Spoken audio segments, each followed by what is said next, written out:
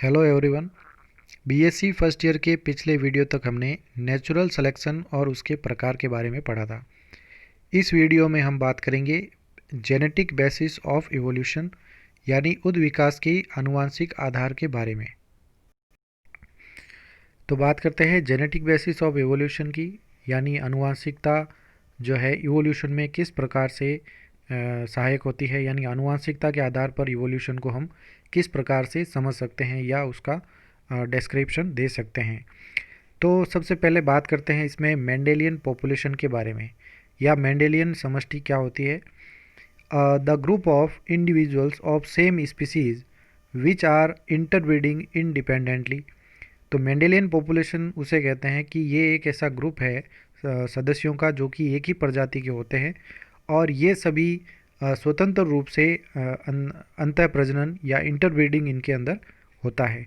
तो ऐसी जो समष्टि है या पॉपुलेशन है उसे मेंडेलियन पॉपुलेशन कहा जाता है। Study of the frequency of genes and genotypes in a Mendelian population is known as population genetics. तो यदि किसी पॉपुलेशन मेंडेलियन पॉपुलेशन के अंदर उनके जीनों की फ्रीक्वेंसी या आवर्ती तथा जीनोटाइप्स की आवर्ती की अगर स्टडी की जाए तो उसे हम पॉपुलेशन जेनेटिक्स या समष्टि आनुवांशिकी कहते हैं। There are two important features of Mendelian population. तो मेंडेलियन समष्टि के दो मुख्य जो है फीचर्स या विशेषताएं होती है। फर्स्ट इनमें आता है रैंडम मैटिंग, यानी यादृच्छिक संगम इनमें पाया जाता है। Each individual of one sex has equal chance of mating with every individual of opposite sex.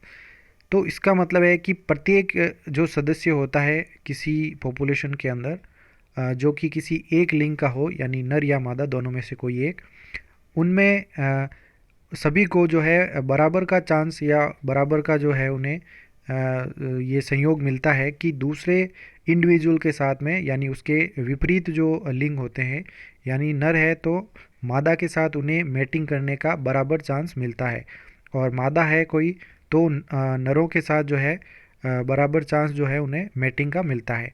तो इसे हम रैंडम मैटिंग कहते हैं। इन अदर वर्ड्स, तो दूसरे शब्दों में, there is no restriction on mating of one individual with other individual. तो इसमें एक सदस्य और दूसरे सदस्य के मध्य होने वाले संगम या प्रजनन के ऊपर किसी भी प्रकार का रेस्ट्रिक्शन या उन पर जो है कोई भी प्रकार की बाधा नहीं होती है। तो ये सभी स्वतंत्र रूप से एक दूसरे से मैटिंग जो है वो कर सकते हैं। दूसरी विशेषता आती है equal survival of all genotypes, यानी सभी जीनोटाइप जितने भी होते हैं जीन प्रारूप, उन्हें समान सर्वाइवल या उन्हें जीने का अवसर प्राप्त होता है। Random mating population maintain high level of variability and adaptability. तो जो यादृच्छिक संगम जिन पॉपुलेशन या समष्टियों में होता है उनमें अत्यंत उच्च स्तर की वेरिएबिलिटी यानी विभिन्नताएं तथा एडाप्टेबिलिटी यानी कि उनमें अनुकूलनशीलताएं देखने को मिलती है। तो ऐसी पॉपुलेशन जिनमें रैंडम मैटिंग होता है उनमें उच्च प्रकार का या उच्च स्तर का विभिन्नताएं तथा उसमें अनुकूलनताएं होती है।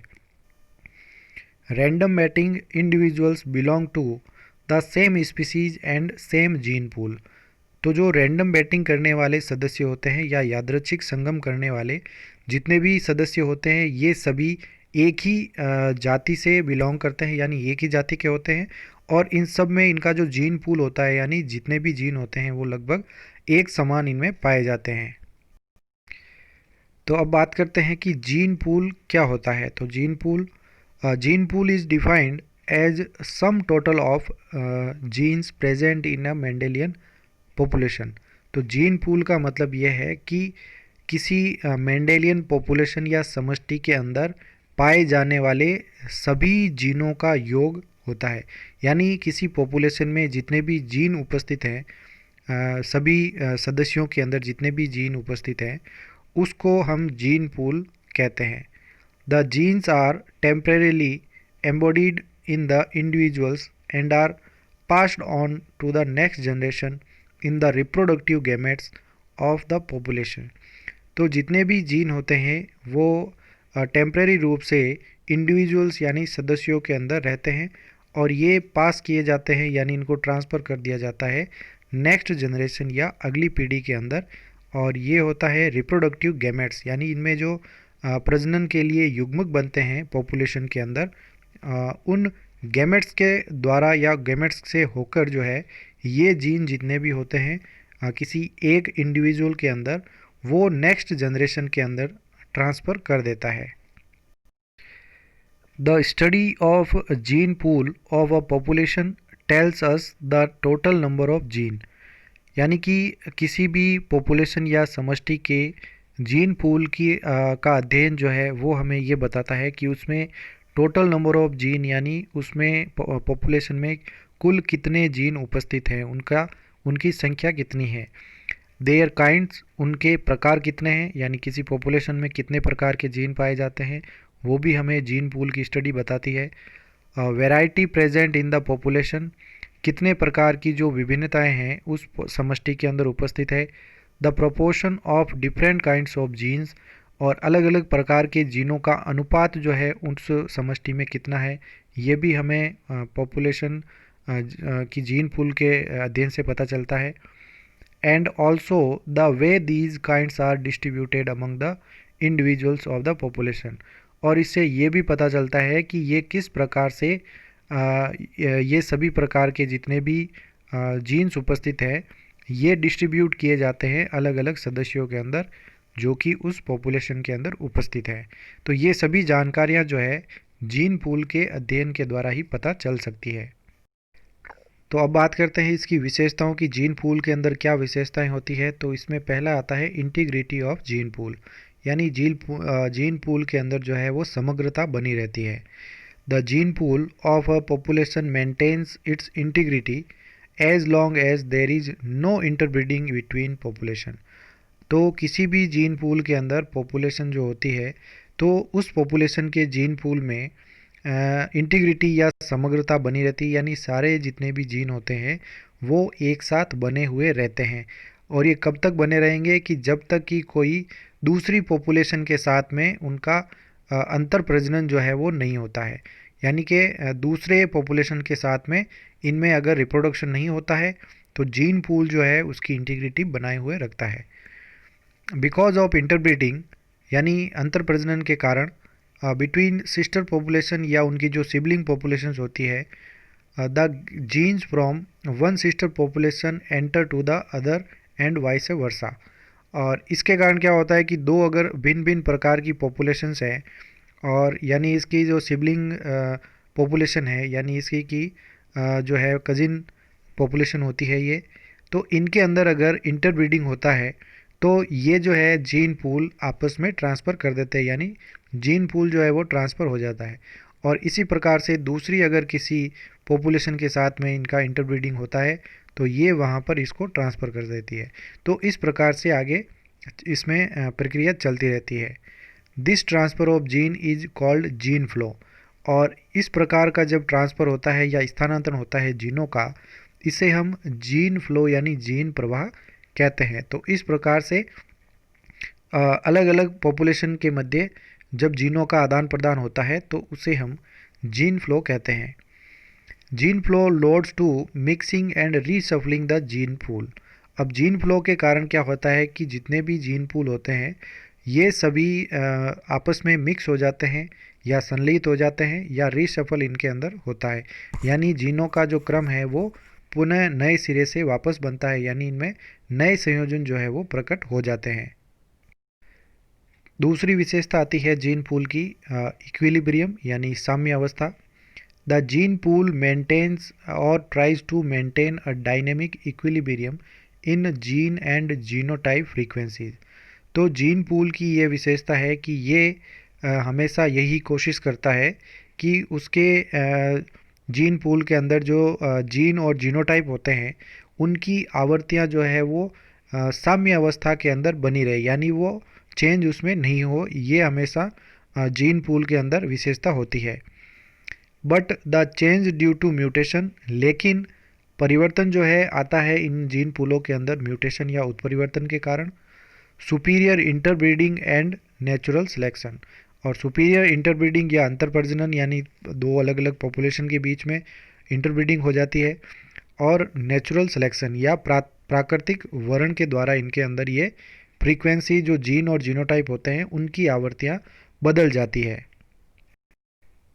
तीसरी विशेषता आती है fluctuation in size of gene pool, यानी जीन पूल के आकार में फ्लक्चुएशन या उतार चढ़ाव होते हैं। The size of the gene pool depends on the number of genes, तो जो जीन पूल का आकार होता है ये उसमें पाए जाने वाले जीनों की संख्या के ऊपर निर्भर करता है। And the individuals carrying these genes, और उन सदस्यों पर भी निर्भर करता है जो इस प्रकार के जीनों को वहन करते हैं यानी आगे लेके जाते हैं। The gene pool become large by the addition of genes to the gene pool. Gene pool जो होता है ये बड़ा भी हो सकता है, जैसे उनमें जीन यदि जुड़ जाते हैं किसी दूसरे अन्य जीन उसमें जुड़ते हैं तो जीन पूल का साइज जो है वो बड़ा भी हो सकता है। This is brought about by immigration and mutation, और ये जो प्रक्रिया है यानी इसका साइज बढ़ने की जो प्रक्रिया है ये हो सकता है इमिग्रेशन के कारण, यानी किसी पॉपुलेशन के अंदर दूसरी पॉपुलेशन के सदस्य आ जाते हैं तो उसे हम कहते हैं इमिग्रेशन या आप्रवासन। तो उसके कारण हो सकता है कि यहाँ की समष्टि के जीन पूल जो है संख्या में बढ़ जाए, और म्यूटेशन के कारण भी हो सकता है म्यूटेशन के अंदर यानी कि उसमें जीनों की जो संख्या है वो बढ़ जाती है। तो म्यूटेशन के कारण भी इसका आकार बढ़ सकता है और इमिग्रेशन से भी बढ़ सकता है। The gene pool decreases in size by removal of genes, तो जीन पूल का जो आकार होता है वो घट जाता है यदि उनमें से जीन हट जाएं, तो जीनों के हटने के कारण जीन पूल का आकार कम हो जाता है। This is brought about by emigration, यानी ये उत्प्रवासन के कारण होता है, यानी किसी समष्टि से इंडिविजुअल बाहर चले जाते हैं तो यहाँ इस समष्टि के अंदर जीन पूल के अंदर जीनों की कमी हो जाती है। नेचुरल सिलेक्शन के द्वारा भी इनमें कमी हो सकती है और जेनेटिक ड्रिफ्ट के द्वारा भी इनमें कमी हो सकती है, तो इनके कारण जो है वो जीन पूल में उसके आकार में कमी आती है। अब बात करते हैं जीन फ्रीक्वेंसी क्या होती है, यानी कि जीन आवृत्ति किसे कहते हैं। Gene frequency refers to the proportion of different alleles in a gene of a gene in a random mating population, यानी कि जीन फ्रीक्वेंसी या जीन आवृत्ति हम उसे कहते हैं कि अलग अलग प्रकार के जो एलील होते हैं जीनों के वो रैंडम मैटिंग पॉपुलेशन में कितने पाए जाते हैं, यानी उनका अनुपात क्या है। तो इनका अनुपात जब निकालते हैं तो उसे जीन फ्रीक्वेंसी कहते हैं। It is also known as genetic frequency, इसे हम आनुवांशिक फ्रीक्वेंसी या आवृत्ति भी कह सकते हैं। इन अदर वर्ड्स, दूसरे शब्दों में, the proportion of each type of allele at a particular locus in a random mating population is referred to a gene frequency. तो दूसरे शब्दों में हम इस प्रकार से कह सकते हैं कि प्रत्येक प्रकार के एलील जो उसमें उपस्थित है किसी पर्टिकुलर लोकस यानी कि एक निश्चित स्थान पर, तो उनका अनुपात जो है किसी रैंडम मैटिंग पॉपुलेशन के अंदर पाया जाना उसे हम जीन फ्रीक्वेंसी कहते हैं। तो लोकस जो होता है वो होता है गुणसूत्र के ऊपर जीन की स्थिति क्या है, तो जीन की स्थिति को या उसके स्थान को हम लोकस कहते हैं। तो यहाँ पर लोकस जो होते हैं ये इनके ऊपर एलील्स उपस्थित होते हैं। The composition of population is described in terms of gene frequencies, तो जो पॉपुलेशन का कॉम्पोजिशन या संगठन होता है उन्हें हम जीन आवृत्तियों के द्वारा डिस्क्राइब कर सकते हैं या प्रदर्शित कर सकते हैं कि कौन से किसी पॉपुलेशन में जीन की फ्रीक्वेंसी क्या है, यानी जीन की आवृत्ति किस प्रकार की होती है वो हम किसी पॉपुलेशन में प्रदर्शित कर सकते हैं। Thank you so much. इसके बाद का भाग हम नेक्स्ट वीडियो में पढ़ेंगे।